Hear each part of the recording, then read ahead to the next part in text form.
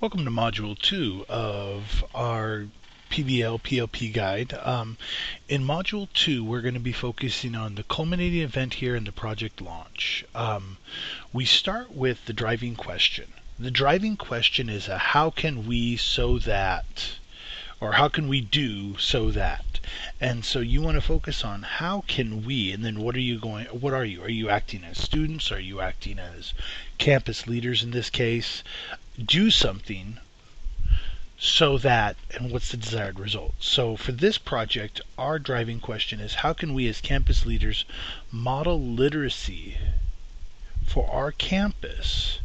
And we need to really think about that. So that, what's the point and purpose of this? The point and purpose of this project is that the rest of the campus sees why literacy is important. And so we need to make sure that the so that gives relevance. The so that kind of gives you that long term, why is this important? And so we're going to say, how can we as the campus leaders model literacy for our campus so that others on our campus see the benefit of writing and reading? That's a problem on our campus, so we got to fix it. Clean up the spelling errors and let's move on. All right, now performance products. What's going to be produced? Again, when you talk about differentiation, you want to make sure that this is differentiated. That if you're going to have some writing things, you want to make sure you have some presenting things.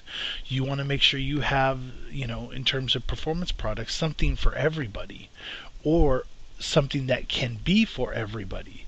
And so for me, individual students are going to do exemplars. I always like to do an individual piece so I can guarantee that every student in my class gets it. And then also the group PSA, public service announcement, that demonstrates the mechanisms for the perfect paragraph.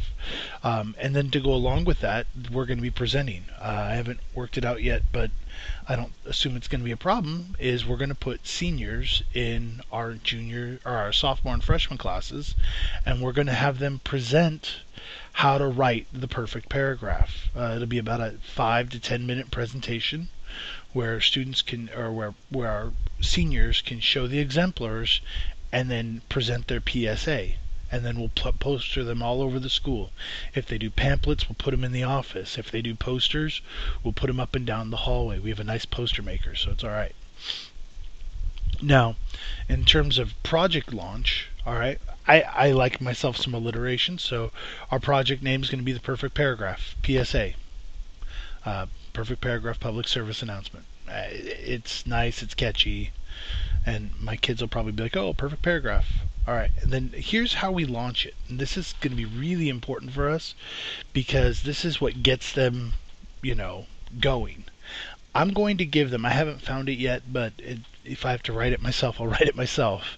I'm going to give them a really bad essay or some examples of bad essays. Maybe college essays, since that's something that's on the horizon for my seniors.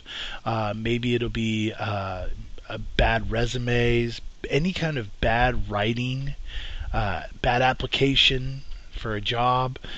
And I'm going to show them in like a professional or academic setting.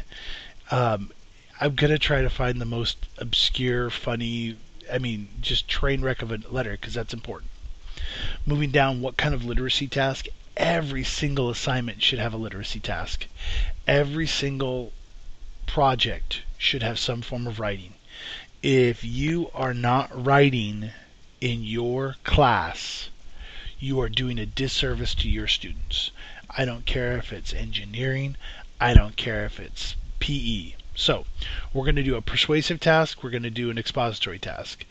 Our persuasive prompt, or actually our expository prompt, is going to be how do we write a perfect paragraph.